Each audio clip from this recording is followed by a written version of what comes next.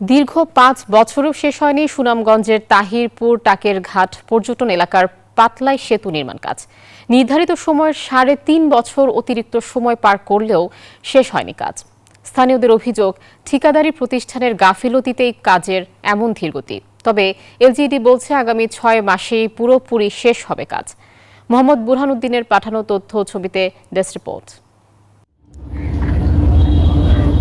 তাহিরপুরের নীলাদ্রি বড়কোপ টিলা সহ অন্যান্য এলাকায় পর্যটন শিল্পে গতি আনতে ২০১৮ সালে পাটলাই নদীর উপর সেতু নির্মাণ শুরু হয়। স্থানীয় সরকার প্রকৌশল অধিদপ্তরের আওতাধীন ডাম্পের বাজার থেকে নতুন বাজার সেতুর কাজ পায় তমা কনস্ট্রাকশন নামে ঠিকাদারি প্রতিষ্ঠান।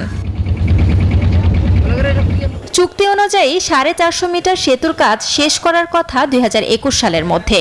তবে ঠিকাদারি প্রতিষ্ঠানের গাফিলতি ও কাজের ধীরগতির কারণে প্রায় ৩.৫ বছর অতিরিক্ত সময়েও শেষ হয়নি পুরো সেতুর কাজ। আমরা সরকারের আবেদন যাই করুক, আমরা দ্রুত বেগে কাজটা শেষ হইতো, এটাই আমরা ৭-৮ বছর হয়ে গেছে। সাধারণ ৭০০ মিটার ব্রিজ, এই ব্রিজ তো এত বছর লাগার কথা না, এটা লাগাইতেছে তারা গাফলতি করতেছে, কাজ কাম খুব কম দাঁড়িতে করতেছে। ব্রিজের কাজটা দ্রুত হোক এবং এলাকার মানুষ যাতে চলাচল করতে পারে, তাদের চলাচলের সুবিধার জন্য যাতে দ্রুত কাজ শেষ করে খুলে দেওয়া হয়। এলজিইডি বলছে সেতুতে ৯টি স্ল্যাবের ৮টি শেষ হলেও একটির কাজ শেষ হয়নি। এছাড়াও দুপাশে ২০০ করে ৪০০ মিটার অ্যাপ্রোচ সড়কের কাজ বাকি রয়েছে।